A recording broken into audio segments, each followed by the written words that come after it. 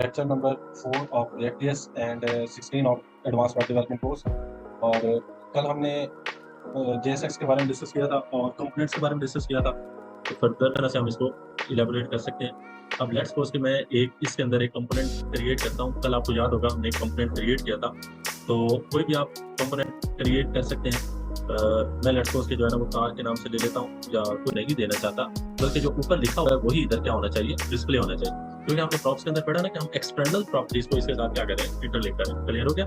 तो अब हमने उसके लिए हुक इस्तेमाल किया, और वो हुक कौन सा है, यूज स्टेट। फंक्शन में बनाऊंगा, इसको इस तरह से लिखा जाता है, फिर ये एरो का सिंबल आ जाएगा। इसको इससे हम क्या बोलते हैं, हमें यूआई को मेंटेन करने की जरूरत नहीं थी, मतलब जस्ट जो है ना हम डाटा लिखते थे और वो डिस्प्ले हो जाता था। लेकिन रिएक्ट के अंदर ऐसा नहीं होता। रिएक्ट के अंदर क्या होता है, रिएक्ट कहता है कि भाई मैं एक लाइब्रेरी हूँ, और जो डाटा आपने सामने डिस्प्ले करना है पहले मुझसे पूछना है और उसके बाद डिस्प्ले करना है। क्लियर हो गया? तो यही चीज जो है ना इस तरह से रिएक्ट को थोड़ा सा डिफरेंशिएट करती है कि अब सिंपल हम यहाँ पे ये काम कर रहे हैं जो जावास्क्रिप्ट वाला था, लेकिन डाटा डिस्प्ले नहीं हो रहा था। पीछे कंसोल में काम कर रहे हैं, बैकएंड पे वर्क कर रहे हैं, लेकिन डिस्प्ले करने के लिए रिएक्ट की हमें जरूरत पड़ी, और वो उसके लिए फिर उन्होंने हुक्स बनाए हुए। ठीक है? तो अब जैसे यूज स्टेट, उसमें क्या होगा कि एक स्टेट से हम नेक्स्ट स्टेट पे चलेगा, और उससे फिर डाटा हमारा क्या हो गया, डिस्प्ले हो गया। Assalamualaikum. Welcome to lecture number 4 of React.js and 16 of Advanced Web Development course। और कल हमने देखा था, आज हम इंशाल्लाह उसी को फर्दर कंटिन्यू करते हैं। और आज का जो हमारा टॉपिक है वो तीन चीजें हमने डिस्कस करनी है। सबसे पहले है JSX, सॉरी, सबसे पहले है हमारे पास हुक्स क्या है, फिर प्रॉप्स क्या है, और स्टेट क्या है। ठीक है? ये तीन चीजें जो है ना वो आज हम इंशाल्लाह डिस्कस करने वाले हैं, और उम्मीद है कि आप लोगों को काफी इसमें से सीखने को मिलेगा। तो लेट्स मूव टू लेक्चर। तो ये मैंने एक ब्रांड न्यू रिएक्ट ऐप को इंस्टॉल कर लिया है, और एक दफा अगर मैं आपको रन करके दिखा दूँ तो ये हमारे पास क्या आ जाएगा, npm स्टार्ट। और जब हम स्टार्ट करते हैं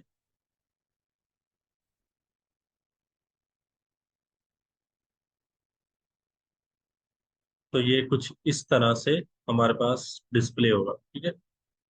जिसमें एक बेसिक लेवल का जो उनका पेज है वो डिस्प्ले हो जाता है। आज हम इंशाल्लाह इसको फर्दर जो है ना वो इनहेंस कर देते हैं। तो सबसे पहले जो अंडरस्टैंड करने वाली बात है वो क्या है, वो ये है कि रिएक्ट के अंदर हम स्टेट को क्या कैसे यूज करते हैं, और फिर प्रॉप्स क्या होते हैं। स्टेट बेसिकली क्या होता है, स्टेट होता है कि अगर हम जो कंपोनेंट्स हैं उसके अंदर जो प्रॉपर्टी स्टोर की हुई है उससे हम क्या बोलते हैं, स्टेट बोलते हैं। अब जैसे ये हमारे पास एक कंपोनेंट है, और इस कंपोनेंट के अंदर जो प्रॉपर्टीज जितनी भी स्टोर की हुई हैं उससे हम क्या बोलेंगे, स्टेट बोलेंगे। लेकिन प्रॉप्स क्या होते हैं, प्रॉप्स बेसिकली प्रॉपर्टीज को बोलते हैं, लेकिन उसको शॉर्ट करके प्रॉप्स बोला जाता है। तो प्रॉप्स क्या होता है कि उसके अंदर अगर हम एक्सटर्नल प्रॉपर्टीज को उसके साथ लिंक करना चाहते हैं तो उसे हम क्या बोलते हैं, प्रॉप्स बोलते हैं। ठीक है? तो अभी हम इंशाल्लाह उस चीज को डिस्कस करते हैं कि फर्दर किस तरह से हम इसको इलेबोरेट कर सकते हैं। अब लेट्स सपोज कि मैं इसके अंदर एक कंपोनेंट क्रिएट करता हूँ। कल आपको याद होगा हमने एक कंपोनेंट क्रिएट किया था। तो कोई भी आप कंपोनेंट क्रिएट कर सकते हैं। मैं लेट्स सपोज के जो है ना वो कार के नाम से ले लेता हूँ, या कोई भी जो है ना वो आप इस तरह से कंपोनेंट क्रिएट कर सकते हैं। तो आपको मैंने बताया था कि जो भी आपने कंपोनेंट क्रिएट करना है उसका पहला नेम क्या होना चाहिए, पहला वर्ड कैपिटल होना चाहिए, और उसके बाद एंड पे एक्सटेंशन JS होनी चाहिए। JSX भी यूज कर सकते हैं और JS भी यूज कर सकते हैं। ये डिपेंड करता है। दोनों चीजें जो है ना वो आप यूज कर सकते हैं। ठीक है? तो अभी के लिए लेट्स सपोज के मैंने car.js के नाम से एक कंपोनेंट क्रिएट कर लिया, और उसके अंदर फिर मैं क्या करूंगा, RFCE लिखूंगा।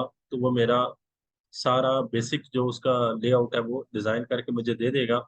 और मैंने आपको बताया था कि ये जो RFCE है ये किस तरह से सारा इंपोर्ट करके दे देता है, कि उसके क्योंकि हमने रिएक्ट की स्निपेस्ट एक्सटेंशन को इंस्टॉल किया हो। ठीक है?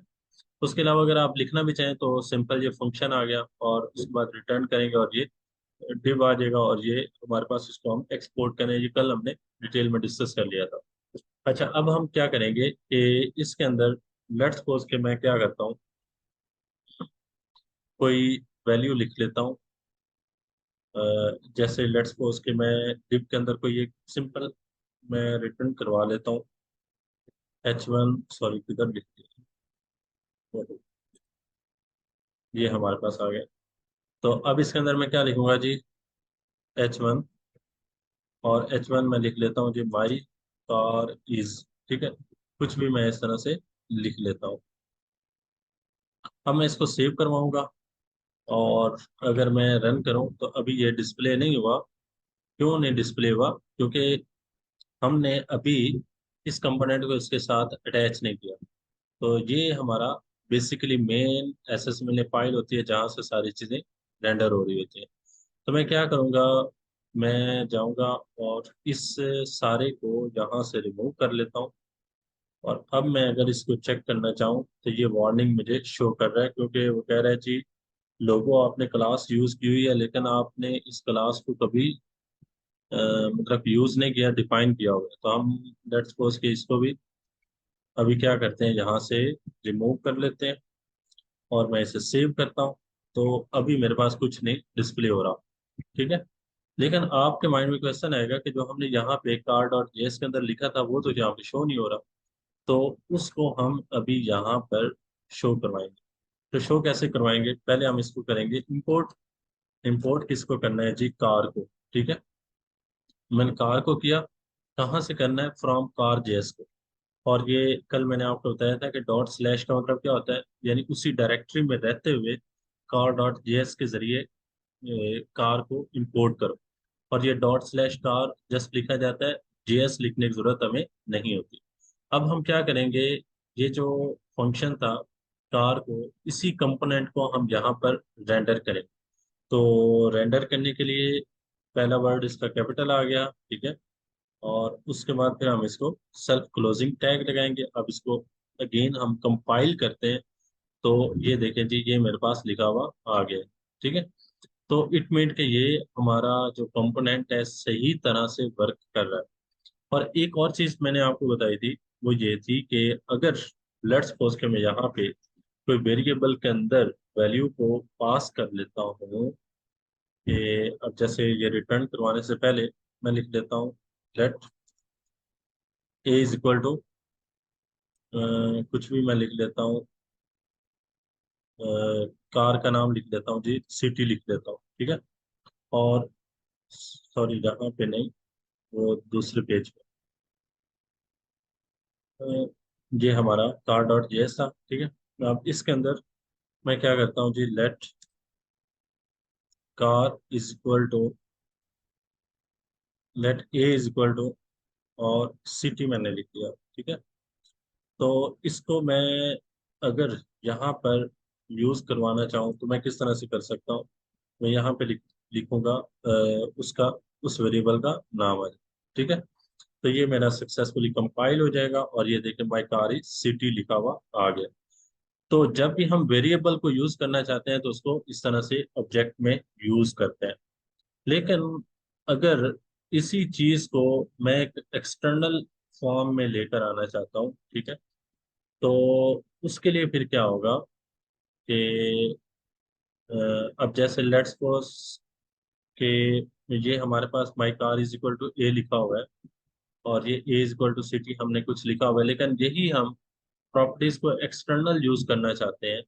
तो उसके लिए फिर हमें क्या यूज करना पड़ते हैं, प्रॉप्स एंड हुक्स, ठीक है। तो अभी के लिए लेट्स सपोज के मैं जो है ना वो इस तरह से थोड़ा सा आपको डिटेल से इसका अगर बताऊं तो यहाँ पर हुक्स की एक कंप्लीट लिस्ट दी होती है। ये अगर आप इसको चेक करेंगे, इस फोल्डर में हुक्स की एक कंप्लीट डिटेल होगी, ठीक है, कि कौन कौन से हुक्स अवेलेबल है, ठीक है। उसमें जनरली हमारे पास कौन कौन से होते हैं, यूज स्टेट होता है, यूज इफेक्ट होता है। तो और भी काफी ज्यादा हुक्स आपको मिल जाएंगे कर रखी हुई। तो एक कॉन्टेक्स्ट हुक्स होते हैं, उसके अलावा और कौन कौन से हुक्स हैं, यूज स्टेट हुक्स हैं। मतलब इस तरह से काफी हमारे पास हुक्स मिल जाते हैं, ठीक है। तो लेकिन अभी के लिए जो हम यूज करेंगे वो कौन सा है, यूज स्टेट हुक। अब यूज स्टेट हुक क्या करता है कि एक स्टेट से आप नेक्स्ट स्टेट में जब आप जा रहे हो तो उसका जो एक्शन है या जो उसका रिएक्शन है वो क्या हो जाएगा, चेंज हो जाएगा। ठीक है। तो अब हम यूज स्टेट को कैसे यूज करेंगे कि जो हमारा पेज है, लेट्स सपोज के अभी हम कार डॉट जेएस के अंदर है, तो यहाँ पर हम पहले इसको इंपोर्ट करेंगे। क्या करेंगे, इंपोर्ट। तो ये हमारे पास क्या आ जाएगा, इंपोर्ट। और नेक्स्ट आ गया यूज स्टेट। अब ये देखें, use call back, use context, use effect भी आ रहा है। ठीक है, तो इस तरह से हमारे पास काफी ज्यादा है, लेकिन हम इनको वन बाय वन अभी करते जाएंगे। तो सबसे पहले हम क्या करते हैं जी, यूज स्टेट को यूज कर लेते हैं। तो अभी देखें जी, वो कह रहे हैं यूज स्टेट को आपने डिफाइन किया लेकिन अभी से हमने यूज नहीं किया। तो अब मैं क्या करूंगा कि एक मैं थोड़ा सा चेंज करता हूँ। यहाँ पे मैं एक इनपुट फील्ड लेता हूँ। एक छोटा सा हम प्रोजेक्ट करते हैं, इनपुट और type is equal to text. जहाँ पे मैं एक प्लेस होल्डर भी ले लेता हूँ, LACHOLDER प्लेस होल्डर। और यहाँ पे हम लिख लेते हैं जी एंटर कार नेम। अब यही जो कार नेम ऊपर शो कर रहे हैं, यहाँ पे जो शो हो रहा है, ये हम चाहते हैं कि ये इधर से ना आए, बल्कि जो इधर वाली वैल्यू है वही इधर डिस्प्ले हो, क्योंकि हम एक्सटर्नल प्रॉपर्टीज को लिंक करना चाह रहे हैं। ये बात समझ आए। तो अब मैं क्या करूंगा, मैं अगर इस चीज को देखूं तो ये मेरे पास आ गया। और जहाँ पे मैं एंटर कार्ड नेम लिख रहा हूँ, लेकिन ये नीचे शो नहीं हो रहा। मेरा पर्पस क्या है कि मैं यहाँ पर जो डाटा लिखूं वो यहाँ पर सिटी शो हो। मैं कांस्टेंट एक जो है ना वो इस तरह से स्टैटिक वैल्यू नहीं देना चाहता, बल्कि जो ऊपर लिखा हुआ है वही इधर क्या होना चाहिए, डिस्प्ले होना चाहिए। क्योंकि हमने प्रॉप्स के अंदर पढ़ा ना कि हम एक्सटर्नल प्रॉपर्टीज को इसके साथ क्या करें, इंटरलिंक करें। क्लियर हो गया। तो अब हमने उसके लिए हुक इस्तेमाल किया, और वो हुक कौन सा है, यूज स्टेट। क्योंकि हम एक स्टेट से दूसरी स्टेट में जा रहे हैं, तो इसके लिए हमारे पास यूज स्टेट भी होता है, यूज इफेक्ट भी होता है। लेकिन अभी के लिए हम कौन सा डिस्कस करें, यूज स्टेट को डिस्कस करें। ठीक है। तो अब ये क्या आ जाएगा, मैं चाह रहा हूँ कि ये जो ए लिखा हुआ है, सिटी जो लिखा हुआ है, ये क्या हो, एक्सटर्नल वैल्यू को पिक करे, और उसके बाद जो है ना डायनामिकली चेंज हो रहा हो, स्टैटिकली ये चेंज ना हो। तो उसके लिए फिर मैं क्या लगा दूंगा, अरे लूंगा, और मैं लिखूंगा कॉन्स्ट। कॉन्स्ट के बाद सिंपल जो है ना वो इस तरह से, यहाँ पर मैंने दो वैल्यूज लेनी है। पहला क्या आ जाएगा, लेट्स सपोज के आ गया कार्ड नेम। ठीक है। उसके बाद फिर कॉमा, और इस वैल्यू को हमने सेट करना है। यानी ये जो हमने वेरिएबल लिखा है इसको हमने क्या करना है, सेट। तो सिंपल आपने क्या लगा देना, सेट। और उसके बाद फिर हमारे पास उसका नेम आ जाएगा। और जब हम उसको सेट करने लगेंगे, ये रूल है कि आपने इसका पहला वर्ड कैपिटल लिखना है। तो इसको कैमल केस बोलते हैं। ठीक है। और उसके बाद फिर इक्वल आ जाएगा। और यूज स्टेट के जरिए हम वैल्यूज को सेट कर देंगे। और अभी के लिए लेट्स सपोज की वैल्यू मैं क्या कर देता हूँ, एम्प्टी कर देता हूँ। ठीक है। तो अभी ये मेरी वैल्यू जो है ना एम्प्टी हो गई है।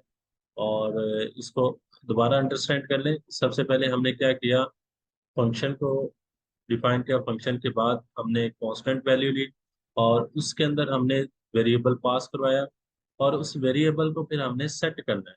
जब भी हम यूज स्टेट के जरिए उसे यूज करने लगेंगे तो हमने उसको सेट करना होता है। और अगर जब हम सेट करने लगते हैं तो सबसे पहली चीज क्या आती है, सेट लिखेंगे। सेट के बाद उसका जो पहला वर्ड है वो क्या आ जाएगा, कैपिटल आएगा। और सेकंड वर्ड भी कैपिटल आएगा। सही है। तो इस तरह से हम इसको यूज कर सकते हैं, ये एक रूल है।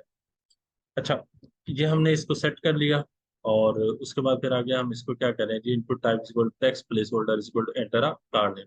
हम चाह रहे हैं कि अब यहाँ से जो वैल्यू जाए वो किधर जाएगी, ये इधर ऊपर सेट हो जाए। ठीक है। तो उसके लिए फिर हम क्या करेंगे, इवेंट लगाएंगे। तो एक इवेंट होता है जैसे on click, on mouse over, इस तरह से डिफरेंट हमारे पास इवेंट्स होते हैं। तो इसी तरह से एक इवेंट होता है ऑन चेंज। ठीक है, ऑन चेंज। और अभी जैसे हमने ये काफी डिटेल में डिस्कस किया था, ये करूँगा, ई ई का मतलब क्या है, इवेंट। और उसके बाद फिर आगे इसको फंक्शन हमने देना। फंक्शन आप सेपरेट भी डिक्लेयर कर सकते हो, लेकिन अगर आप एरो फंक्शन यूज करते हो तो एरो फंक्शन के अंदर इसको हम इस तरह से यूज कर सकते हैं। लेकिन अगर आप फंक्शन देना चाहते हैं तो आप फंक्शन नॉर्मली जैसा हम जावास्क्रिप्ट के अंदर किया था इसी वजह से हम इसे फंक्शन भी दे सकते हैं। तो ये हमारा एरो फंक्शन होता है। उसके बाद फिर आगे क्या आ जाएगा, सेट कार नेम। ठीक है, सेट कार नेम आ गया। और sorry, set car name, set car name. और उसके बाद फिर आगे हमने सिंपल जो है ना वो इस तरह से ये चीज आ गई। और अब हम इधर क्या करेंगे कि जो हमने सेट किया वैल्यू उसी को क्या करना है, डिस्प्ले करना है। तो वो वेरिएबल हमारे पास क्या था, कार नेम। क्या था जी, कार नेम। तो अब ये देखिएगा कंपाइल हुआ और मैं चेक करूं, नहीं आया। क्यों नहीं आया? क्योंकि हमने इसको टारगेट वैल्यू को सेट नहीं किया। हमने इसे जो पैरामीटर दिया है ई, हमने कहा कि इसके अंदर क्या करना है जी, e dot target, TARGET target dot value. सही है, टारगेट डॉट वैल्यू। मैंने इसे सेव किया। अब मैं इसे दोबारा चेक करता हूँ। तो ये देखें जी, माई कार इज, ठीक है। अब जैसे जैसे मैं इसको चेंज कर रहा हूँ ये नीचे लिखा हुआ शो हो रहा है। सही है।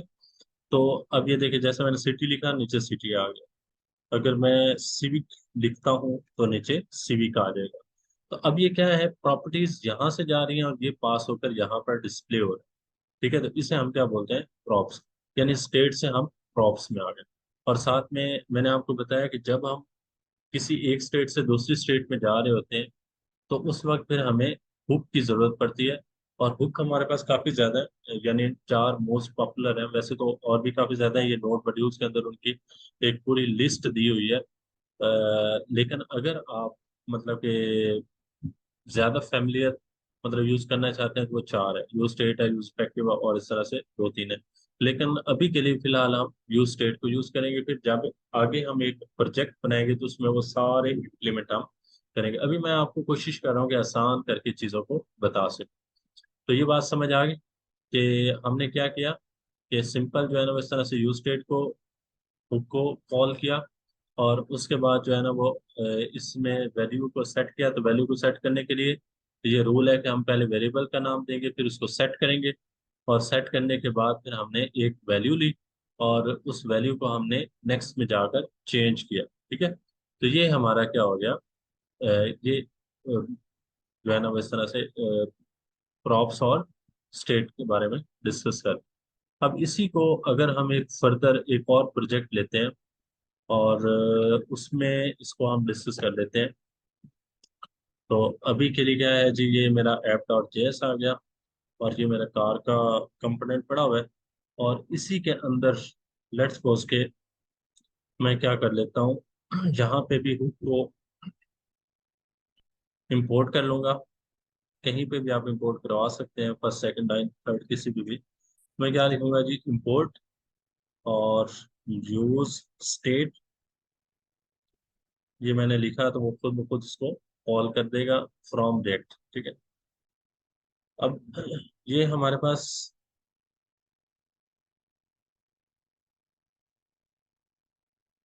यूज स्टेट बेसिकली कीवर्ड्स है और ये हुक कीवर्ड्स है। ठीक है, अच्छा उसके बाद फिर हमने क्या करना है जी, अब ये हमारे पास आ गया फंक्शन। अब इसमें लेट कर लेता हूँ। लेट वही सेम चीज जो अभी हम लिख रहे थे, आप वेरिएबल का नाम लिख लें जैसे हम यहाँ पर लिखा, या कॉन्स्ट लिख लें, या हम लेट कर लेते हैं। लेट दो हमारे पास एक वेरिएबल आ गए। एक हमने कर लिया जी कुछ भी, लेट्स सपोज कि कलर कर लेते हैं, चलो और कलर कॉमा सेट सिवल और कलर। ठीक है, और इसके बाद फिर हमने इक्वल का सिंबल लगाया और यूज स्टेट। और इसके अंदर अभी फिलहाल के लिए मैं कोई वैल्यू पास नहीं कर।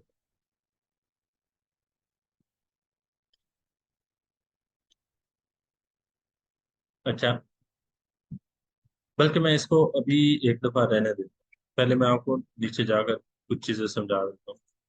अच्छा, मैं एक जो है ना वो क्या करने लगा हूँ अभी, वैल्यू को इंक्रीमेंट करने लगा हूँ। तो उसके लिए फिर मैंने क्या ले ली, यहाँ पे फिलहाल मैं एक हेडिंग लेता हूँ, और हेडिंग के अंदर मैं ऊपर जो है ना कुछ वैल्यू पास कर लेता हूँ। लेट नंबर लिख लेता हूँ, नंबर इज इक्वल टू 20। और यहाँ पे माई नंबर इज, यहाँ पे मैंने इसे पास करवा दिया नम। ठीक है, तो अब मैं इससे कंपाइल करके चेक करता हूँ। तो मेरा ये देखें, माई नंबर इज 20, ये शो हो रहा है, बिल्कुल करेक्ट वर्क कर रहा है। अब इसके ऊपर क्या करना है जी, इस 20 को मैंने इंक्रीमेंट करना है। क्या करना है? इंक्रीमेंट करना है। तो सिंपल जैसे हमने इवेंट कॉल किए थे जावास्क्रिप्ट के अंदर, सेम वही चीज मैं यूज करूंगा। मैं इधर एक बटन बना लेता हूँ, बटन, और उसके अंदर मैं लिख लेता हूँ लेट्स सपोज के एड मी। ठीक है, और यहाँ पे आपको याद है कि हम क्या करते थे, कोई इवेंट कॉल करते थे जैसे ऑन क्लिक का, या कुछ इस तरह से इवेंट हम कॉल कर सकते थे। ऑन क्लिक, ये इवेंट आ सही है। और इस इवेंट के अंदर मैं एक फंक्शन बनाऊंगा, अभी जैसे पहले एग्जांपल दी थी एरो फंक्शन की। तो अब मैं सिंपल फंक्शन बना रहा हूँ जैसे हम नॉर्मली पहले करते आए। तो उसमें हम क्या करेंगे जी, ऐड टी के नाम से एक मैं फंक्शन बना लेता हूँ, और सारी चीजें अब मैं उसके अंदर यूज करूँ। ऐड टी के नाम से मैंने फंक्शन बना लिया, और यहाँ पे जाके मैं सिंपल एक फंक्शन लिखता हूँ, कॉन्स्ट ऐड टी, और एरो फंक्शन में बनाऊंगा। इसको इस तरह से लिखा जाता है, फिर ये ये एरो का सिंबल आ जाएगा। इसको इसलिए हम क्या बोलते हैं, एरो फंक्शन। और यहाँ पे मैं सिंपल क्या करवा रहा हूँ कि नम के अंदर 1 इंक्रीमेंट कर रहा हूँ। ठीक है, नम प्लस 1 इंक्रीमेंट कर दिया, और इसको मैं कंसोल करवा रहा हूँ, CONSOLE, कंसोल, ओहो सॉरी, कंसोल डॉट लॉग नम करवा दिया, सही है। और यहाँ पे मैं सेमीकोलन लगा दूंगा।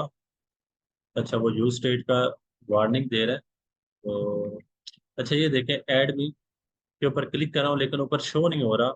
और अगर मैं इसको कंसोल में जाकर चेक करूँ, मैं जाऊंगा इंस्पेक्ट, कंसोल में जाकर चेक करता हूँ, तो ये देखें 21, 22, 23, 24, ये देखें आगे क्या हो रहा है, वैल्यू इधर लास्ट में शो हो रही है, सही है। अब ये मेरा क्या है कि जिस तरह से हम नॉर्मल जावास्क्रिप्ट करते थे, उसके अंदर क्या होता था कि वैल्यू इस तरह से शो हो जाती थी कि हमने सिंपल इवेंट ऐड किया और उसके अंदर फंक्शन को ऐड किया, फंक्शन के अंदर जो हम परफॉर्म करते थे वो डिस्प्ले हो जाता था। ठीक है, लेकिन इधर डिस्प्ले नहीं हो रहा। क्यों? क्योंकि स्टेट चेंज ही नहीं हुई। तो स्टेट को चेंज करने के लिए हमें हुक को यूज किया जाता है। ठीक है, तो अब आपको मजीद क्लियर हो चुका होगा कि स्टेट जो है ना वो इस तरह से किस लिए जरूरी है। तो अब मैंने आपको बताया था कि जब हम हुक को यूज करते हैं, तो फिर उसके लिए इस तरह से पहले वैल्यू को सेट किया जाता है। तो फिर हम क्या करेंगे, ये let number is equal to A20, that num is equal to 20 की जगह हम पहले इसको नम लिखेंगे। नम के बाद इसको फिर हम क्या करेंगे, सेट करेंगे। ठीक है, तो सेट, और उसका पहला वर्ड क्या आ जाएगा, कैपिटल आ जाएगा। फिर इक्वल टू, और उसके बाद फिर हम यूज स्टेट का इस्तेमाल करेंगे, और यूज स्टेट के अंदर हम उस वैल्यू को पास कर देंगे जो अभी हम लिख रहे थे। क्लियर हो गया? अच्छा, अब मैं जाकर ये यूज स्टेट आ गया, और उसके बाद कहाँ पे थे हम, ये कंसोल डॉट लॉग, इसकी जगह अब मुझे, क्योंकि ये तो मैंने कंसोल डॉट लॉग इसलिए लगाया था कि कंसोल के अंदर डिस्प्ले करने के लिए, मैं इसकी जगह अब क्या कर दूंगा, सेट नम, सेट नाम, ठीक है। और इसकी जगह मैं नम को क्या करवाता हूँ, प्रिंट करवा देता हूँ, ठीक है। तो अब ये मैंने सक्सेसफुली कंपाइल हो चुका है, और जैसे मैं एडमी करूंगा तो ये देखें 20 शो हो रहा है, 20, 22, 23, 24। और मैं इसको अगर रिफ्रेश करूँ तो ये इस तरह से हमारे पास 20, 21, 22 ये हमारे पास शो हो जाएगा, ठीक है। तो अब आपको मजीद क्लियर हो चुका होगा कि हुक्स बेसिकली काम क्या करते हैं। तो इस तरह से हम इसको क्रिएट कर सकते हैं कि नॉर्मली जो हम पहले जावास्क्रिप्ट के अंदर वर्क कर रहे थे, उसमें क्या होता था कि हमें यूआई को मेंटेन करने की जरूरत नहीं थी। मतलब जस्ट जो है ना, वो हम डाटा लिखते थे और वो डिस्प्ले हो जाता था। लेकिन रिएक्ट के अंदर ऐसा नहीं होता। रिएक्ट के अंदर क्या होता है, रिएक्ट कहता है कि भाई मैं एक लाइब्रेरी हूँ, और जो डाटा आपने सामने डिस्प्ले करना है, पहले मुझसे पूछना है और उसके बाद डिस्प्ले करना है। क्लियर हो गया। तो यही चीज जो है ना, वो इस तरह से रिएक्ट को थोड़ा सा डिफ्रेंशिएट करती है। कि अब सिंपल हम यहाँ पे ये काम कर रहे थे वही जो जावास्क्रिप्ट वाला था, लेकिन डाटा डिस्प्ले नहीं हो रहा था। पीछे कंसोल में काम कर रहा है, बैकएंड पे वर्क कर रहा है, लेकिन डिस्प्ले करने के लिए रिएक्ट की हमें जरूरत पड़ी, और वो उसके लिए फिर उन्होंने हुक्स बनाए हुए हैं, ठीक है। तो अब जैसे यूज स्टेट, उसमें क्या होगा कि एक स्टेट से हम नेक्स्ट स्टेट पे चले गए, और उससे फिर डाटा हमारा क्या हो गया, डिस्प्ले हो गया। क्लियर हो गया। तो इस तरह से हम इसको